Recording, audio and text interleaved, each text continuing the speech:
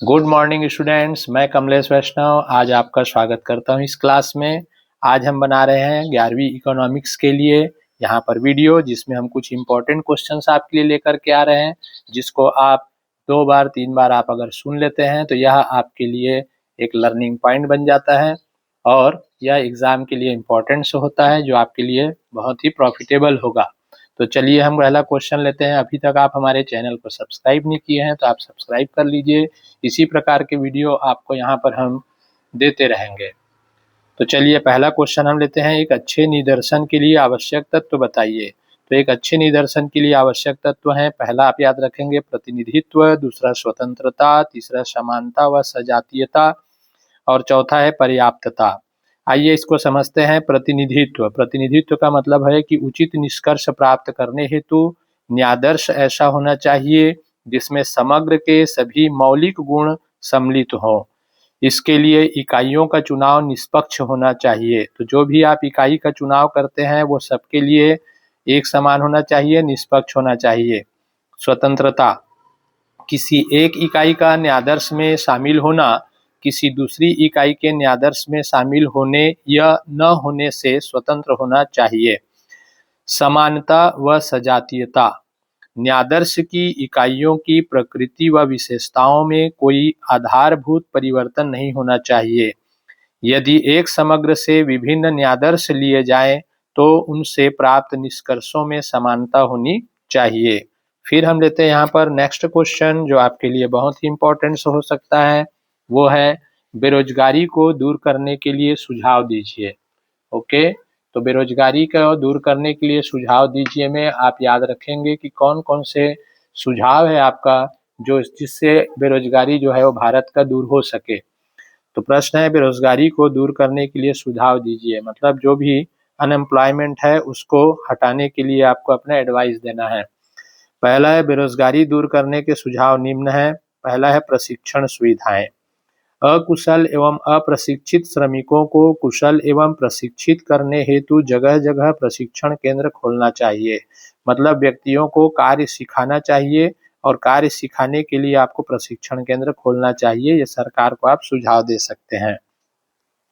Second है जनसंख्या वृद्धि पर नियंत्रण, बेरोजगारी की समस्या को दूर करने के लिए सर्वप्रथम जनसंख्या वृद्धि दर पर नियंत्रण लगाना होगा। जहाँ ज़्यादा जनसंख्या होता है उस देश में बेरोजगारी बहुत ज़्यादा बढ़ती है, ये आपको बताना है। फिर लघु व कुटीर उद्योगों का विकास, मतलब छोटे छोटे जो उद्योग हैं, घर में जो उद्योग डाले जाते हैं उसको सरकार को ज़्यादा से ज़्यादा बढ़ावा देना चाहिए। तो ग्रामीण क्षेत्रों में ऐसे लघु एवं कुटीर उद्योग धंधों का विकास करना चाहिए, ठीक, जिससे लोगों को घर बैठे ही अपना काम करके रोजगार मिल सके। चौथा आप बताएंगे शिक्षा पद्धति में परिवर्तन। तो हमारे भारत की जो शिक्षा पद्धति है वो पुरानी पद्धति पर चली आ रही है, तो देश की शिक्षा पद्धति में व्यापक परिवर्तन की आवश्यकता है। व्यापक मतलब बहुत अच्छे से इसमें परिवर्तन करना आवश्यक है। शिक्षा पद्धति जो है वो रोजगार उन्मुख होनी चाहिए। मतलब रोजगार उन्मुख का मतलब है कि बच्चों को ऐसी शिक्षा दिया जाए जिससे उनको रोजगार प्राप्त हो सके। मतलब कुछ सिखाने का काम भी स्कूलों में पढ़ाया जाना चाहिए। जैसे बैटरी बनाने के लिए आना चाहिए बच्चों को, कोई गाड़ी वगैरह मैकेनिकल वगैरह का काम आना चाहिए, या कोई रासायनिक कार्य सिखाना चाहिए, इस प्रकार से। प्राकृतिक संसाधनों का सर्वेक्षण, भारत में प्राकृतिक संसाधनों का व्यापक सर्वेक्षण कराना चाहिए। प्राकृतिक संसाधन मतलब जो हमको प्रकृति ने निःशुल्क प्रदत्त किया है, जितने भी संसाधन, उसका हमें अच्छे से सर्वेक्षण मतलब खोजबीन कराना चाहिए।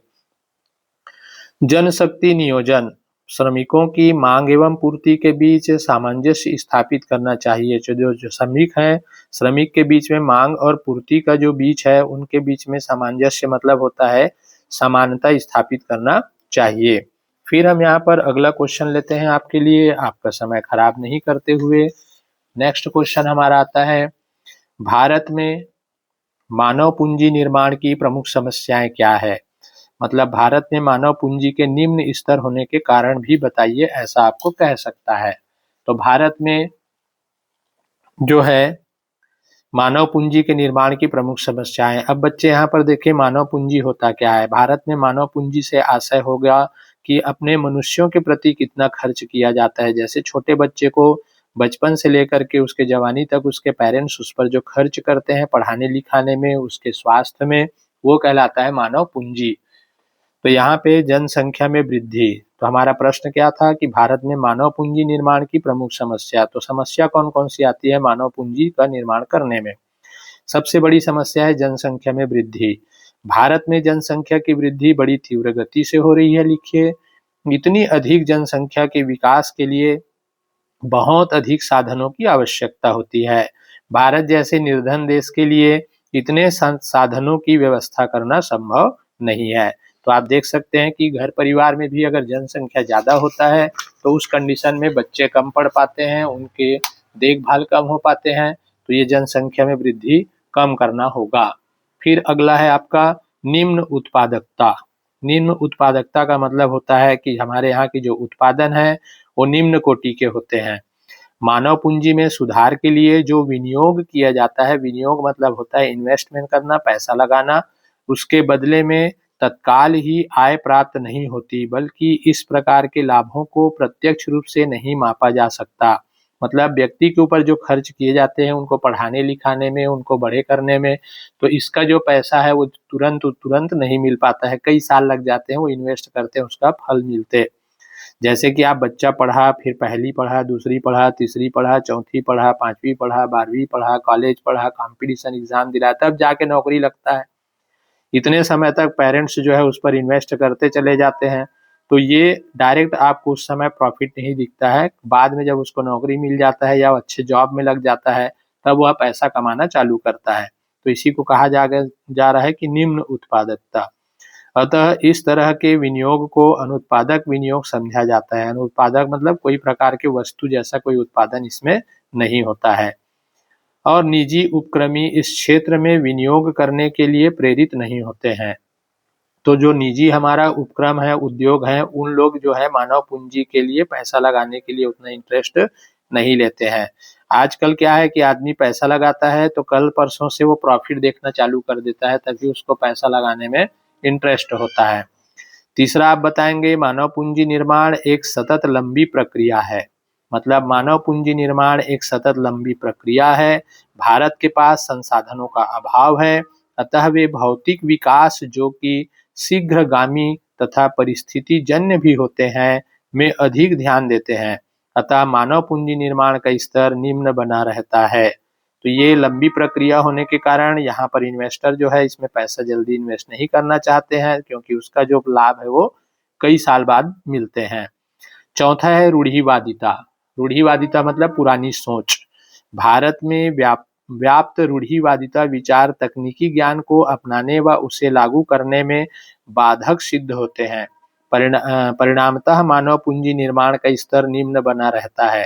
तो हमारे यहाँ जो सोच है बुजुर्गों का, वो रूढ़िवादिता परंपरा है। रूढ़िवादिता परंपरा के कारण मानव पूंजी के निर्माण के स्तर जो है वो निम्न बना हुआ है। इच्छा शक्ति का अभाव मतलब कॉन्फिडेंस की कमी है हमारे यहाँ। भारत में निवास करने वाले लोग निम्न जीवन स्तर व्यतीत कर रहे होते हैं। उनमें ऊपर उठने की तीव्र इच्छा शक्ति का अभाव होता है। फलस्वरूप यहाँ मानव पूंजी के विकास की संभावनाएं सीमित रह जाती हैं। तो इस प्रकार से आप ये 5 पॉइंट बता सकते हैं मानव पूंजी के धीमी होने के कारण में।